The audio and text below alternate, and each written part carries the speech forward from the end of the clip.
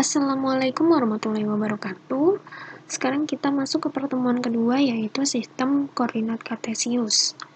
Sistem koordinat kartesius ini terdapat pada bab kedua kelas 8. Untuk lebih jelasnya, yuk mari kita bahas bareng-bareng.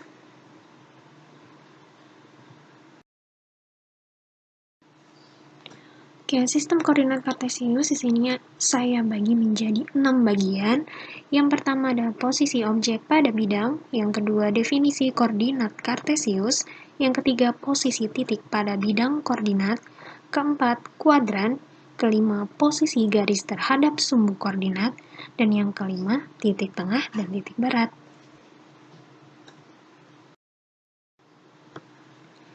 Di sini posisi objek pada bidang. Saya menampilkan di sini ada sebuah peta denah lokasi pada suatu kota kecil, dan di dalamnya tuh ada beberapa fasilitas umum. Nah, di sini kita dituntut untuk bagaimana sih cara menentukan posisi-posisi objek pada peta lokasi dengan cara yang tepat dan mudah. Nah, gimana ya caranya? Oke, salah satu caranya untuk menentukan posisi objek yang mudah, yaitu kita membuat kotak-kotak persegi seperti ini. Dengan kolomnya kita isi dengan nama A, B, C, D, dan seterusnya menggunakan huruf besar, dan yang barisnya kita menggunakan angka. Nah, dan seterusnya dengan ini kita mudah untuk menentukan posisi objek. Nah, dengan dinyatakan dalam pasangan berurutan yang merupakan kombinasi dari si huruf dan angka. Jadi, pasangan berurutannya ini kita harus menyebutkannya. Yang pertama itu adalah hurufnya terlebih dahulu, baru yang kedua itu adalah angkanya. Nah, untuk lebih jelasnya saya akan paparkan beberapa letak atau beberapa posisi dari fasilitas umum yang ada di gambar. Nah, objek yang pertama yaitu bank. Kita bisa mengetahui dengan pasangan berurutan, yaitu bank itu terletak pada kolom E dan baris ke-6, maka letaknya E6. Begitu juga mall. Mall di sini letaknya berada di kolom I dan baris ke-5, maka letaknya I5. Yang ketiga itu adalah sekolah 1. Nah, dia letaknya berada di kolom C dan baris ke-4, maka sekolah 1 letaknya ada di C4. Seperti itu.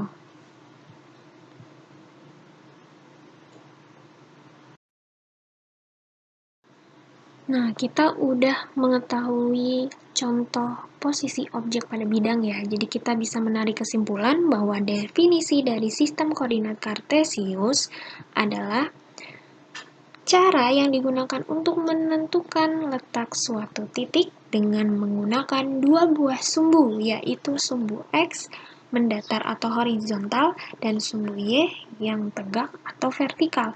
Jadi kalau pada contoh, sumbu X ini diwakilkan oleh huruf dengan huruf-huruf besar yang tadi, dan sumbu Y diwakilkan oleh angka. Nah, seperti itu.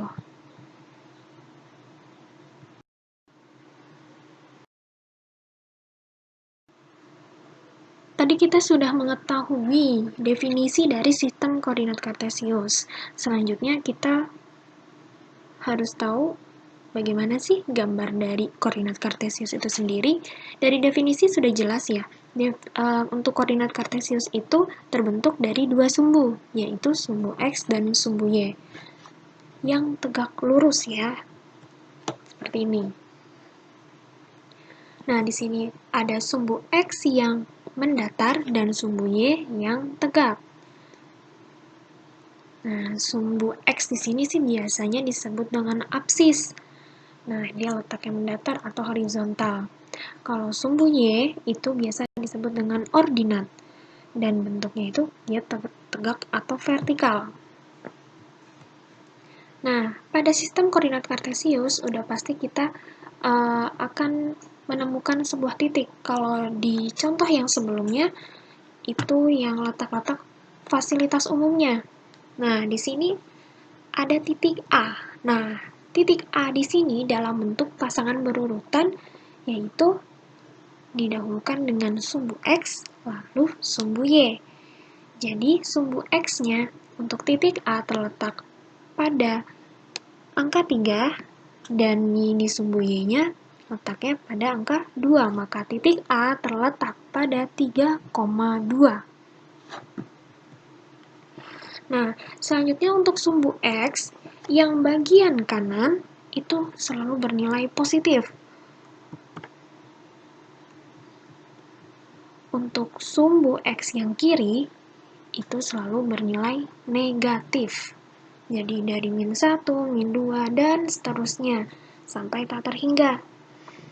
Nah, kalau untuk sumbu Y, yang bagian atas selalu bernilai positif. Kalau untuk bagian yang bawah, pada sumbu Y selalu bernilai negatif.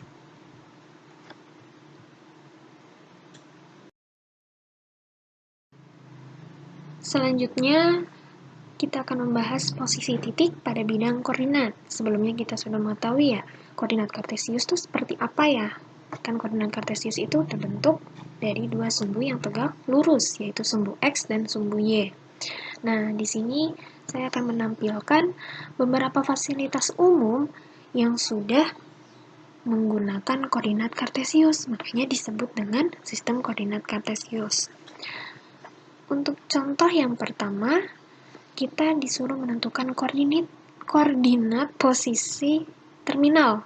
Nah, posisi terminal ini letak pada sistem koordinat kartesius, terletak pada koordinat 2,3, dengan X-nya terletak di 2 dan Y-nya terletak di 3. Jadi, titik koordinatnya 2,3. Nah, di sini kita disuruh menentukan jaraknya. Jarak horizontal terminal terhadap sumbu Y adalah 2 satuan ke kanan, maka X sama dengan 2.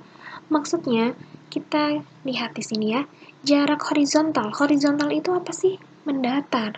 Jarak horizontal terhadap sumbu Y. Di sini ada sumbu Y yang tegak. Di sini kita suruh menentukan jarak horizontal terhadap sumbu Y, si terminal. Nah, kalau kita hitung berarti kan ada berapa kotak? Nah, ada 2 kotak.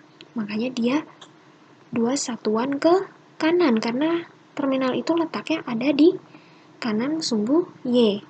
Maka X-nya sama dengan 2. Nah, untuk jarak vertikal terminal terhadap sumbu X yang mendatar terhadap terminal, maka kita hitung dari bawah kotaknya. Maka ada 1, 2, 3. Oh, maka jaraknya 3. Satuan ke atas. Maka Y-nya sama dengan 3.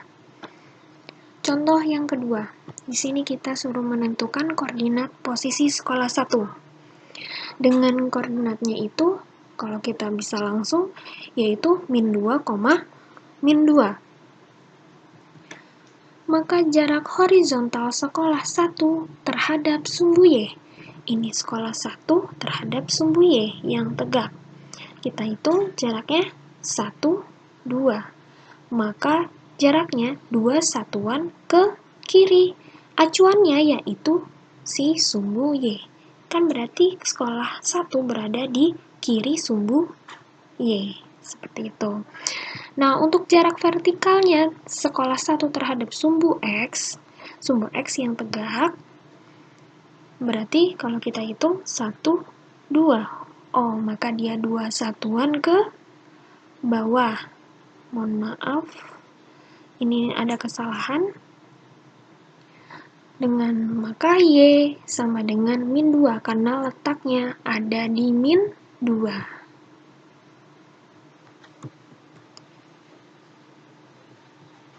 Oke, ingat di sini jarak selalu positif. Kalian bisa lihat di sini kan jaraknya 2 ya. Kenapa nggak min 2? Karena jarak selalu bernilai positif, tidak negatif. Kalau untuk sumbu-sumbunya sendiri tergantung pada titiknya itu. Misal kalau sekolah 1, dia letaknya min 2, min 2. Oh, berarti sumbu X-nya di min 2 dan sumbu Y-nya min 2. Tapi kalau untuk jarak, dia selalu bernilai positif.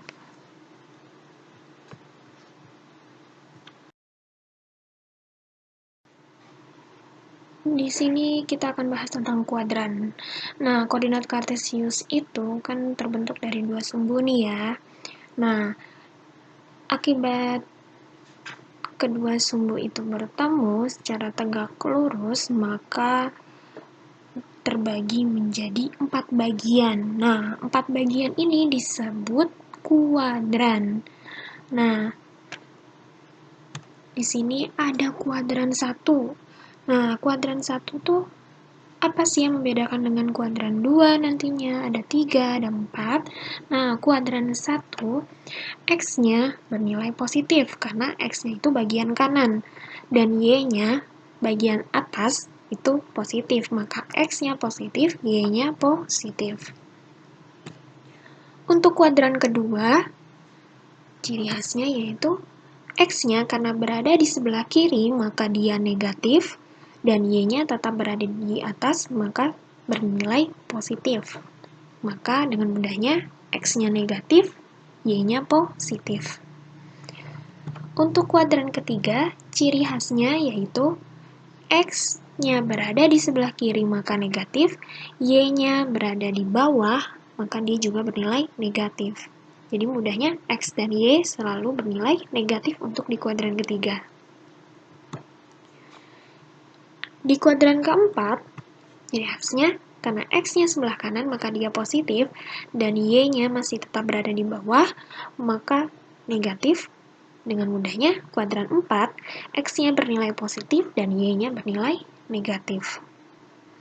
Nah, di sini saya menampilkan ada beberapa titik A sampai G. Nah, di sini langsung aja kita kasih contoh atau pemaparan dari titik-titik ini, dia ada di kuadran berapa aja ya. Oke, di sini untuk titik A, dia letaknya, kalau menurut titik koordinat kan harus X, Y kan ya. Maka titik koordinatnya untuk titik A itu 3,2. Nah, karena positif-positif, maka dia ada di kuadran pertama. Nah, untuk titik B itu titik koordinatnya di 4,0. X-nya 4 dan Y-nya 0 karena dia letaknya ada di sini. Nah, dia itu letaknya bukan di kuadran 1 ataupun di kuadran 4. Makanya kuadrannya dikosongkan. Nah, untuk titik C. Nah, titik C di sini dia berada di tengah-tengah, yaitu dengan titik koordinat 0,0. X-nya 0 dan Y-nya 0. Nah, titik C ini biasa disebut dengan titik pusat. Nah, dia tidak terletak di kuadran manapun, maka kuadrannya kita tulis tidak ada atau stripkan saja. Lanjut, untuk titik D. Titik D itu letaknya terletak di titik koordinat 0,4. X-nya 0 dan Y-nya 4. Nah, dia tidak terletak di kuadran 1 ataupun kuadran 2, maka kuadrannya kita stripkan. Untuk titik E terletak di titik koordinat min 4,3. Nah, X-nya negatif dan Y-nya positif, maka dia terletak di kuadran kedua. Maka kita tulis kuadran kedua. Untuk titik F. Nah, titik F ini terletak di titik min 2, min 2. Udah pasti dia di kuadran ketiga. Dan untuk titik G, dia terletak di 5, min 3. Sumbu X-nya positif dan Y-nya negatif. Udah pasti dia berada di kuadran 4.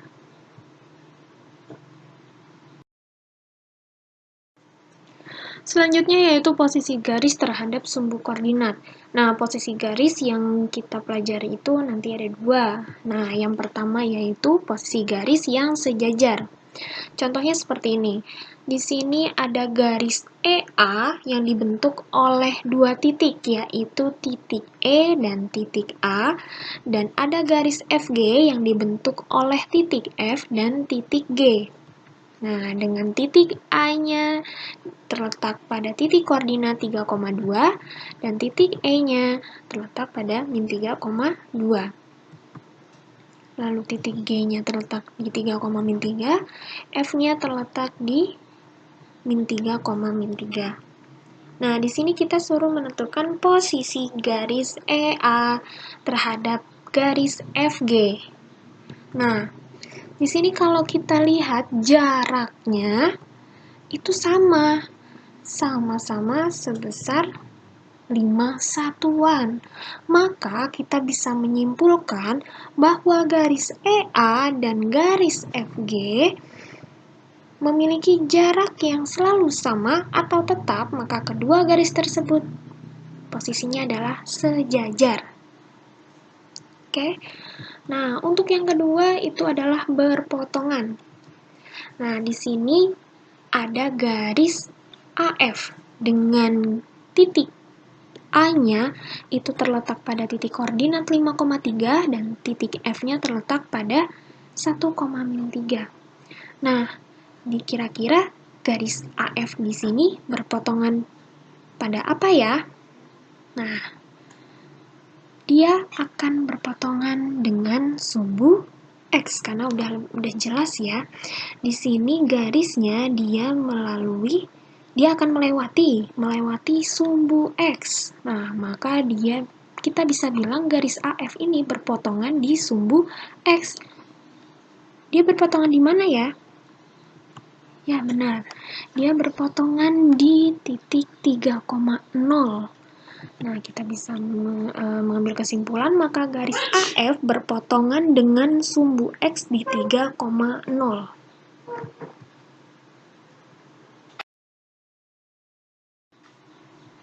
Oke, selanjutnya kita akan bahas tentang titik tengah dan titik berat segitiga. Yang pertama itu ialah titik tengah terlebih dahulu.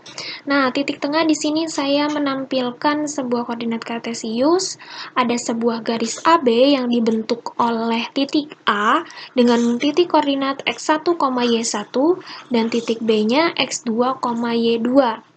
Nah, di sini kita suruh menentukan titik tengahnya. Nah, cara menentukan titik tengahnya yaitu dengan menjumlahkan.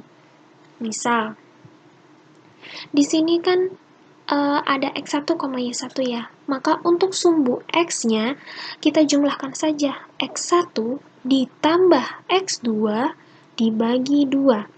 Dan sumbu y-nya y1 ditambah y2 dibagi 2. Nah, seperti itu.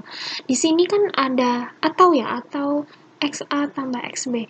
Ini hanya penamaannya saja. Misal kalian ganti nih untuk titik A, bukan X1, tapi XA, YA. Dan B-nya XB, YB. Maka akan menemukan rumus seperti ini. Nah, yang kedua itu adalah titik berat segitiga. Di sini saya langsung kasih contohnya saja. Kalian akan diketahui di soal itu biasanya ada 3 titik. Nah, di sini langsung aja contohnya ada titik A, titik B, dan titik C. Nah, titik G di sini adalah titik berat segitiganya. Nah, caranya gimana ya? Tiba-tiba bisa dapat 5,4. Caranya yaitu untuk di sumbu X-nya, maka tinggal jumlahkan saja. 1 ditambah 8 ditambah 6 dibagi 3. Maka hasilnya akan 5. Nah, untuk sumbu Y-nya, jumlahkan saja Y-nya.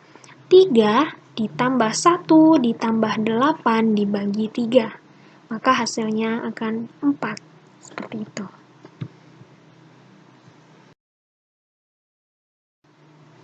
Contoh soal. Untuk contoh soal yang pertama, yaitu ada sebuah gambar yang di dalamnya, sebuah koordinat kartesius yang titik-titiknya di sini berupa fasilitas umum. Nah, kalian disuruh menentukan titik koordinat, apsis, ordinat, jarak terhadap sumbu X, jarak terhadap sumbu Y, dan kuadran dari masing-masing posisi tempat pada bidang koordinat.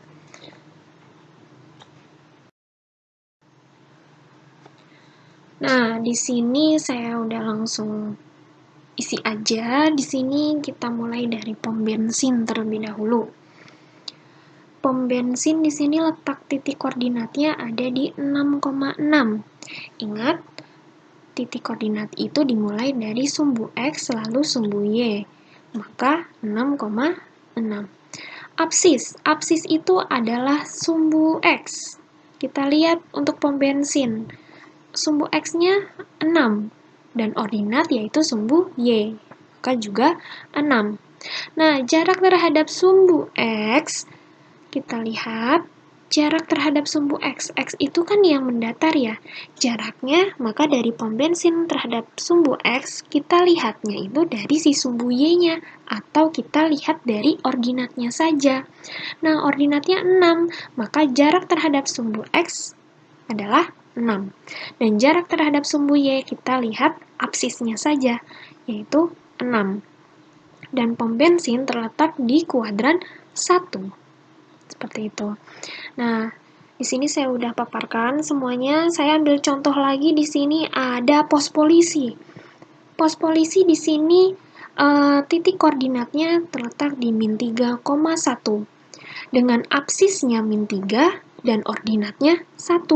Jarak terhadap sumbu X-nya, itu kan kita lihat ordinatnya ya. Ordinatnya itu adalah 1. Dan jarak terhadap sumbu Y, kita lihat apsisnya. Apsisnya, di sini kan dia min 3 ya. Nah, tapi kenapa di sini 3? Nah, kalian lihat lagi ya. Jarak itu tidak ada yang minus. Dia selalu positif. Walaupun apsisnya min 3, jaraknya tidak usah pakai min, jadi 3 saja. Seperti itu. Untuk kuadran, kalian lihat materi yang sebelumnya, posisi kuadran 1, 2, 3, dan 4 letaknya ada di mana aja.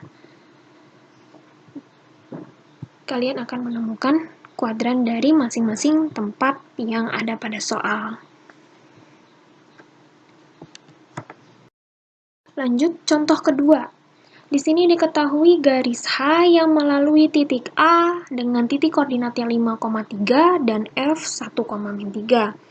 Nah, garis L yang melalui titik G dengan titik koordinat 2,3, kalian disuruh menentukan posisi garis H yang dibentuk oleh AF atau garis L.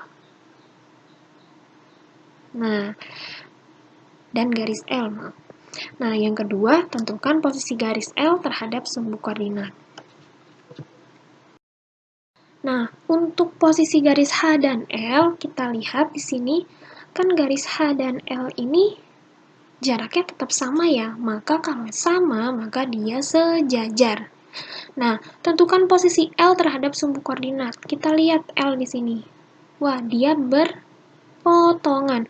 Berpotongannya di mana? Di sumbu X atau di sumbu Y? Nah, kita lihat dia berpotongannya itu ternyata di titik pusat. Nah, maka kita tulis garis L berpotongan di titik pusat 0,0.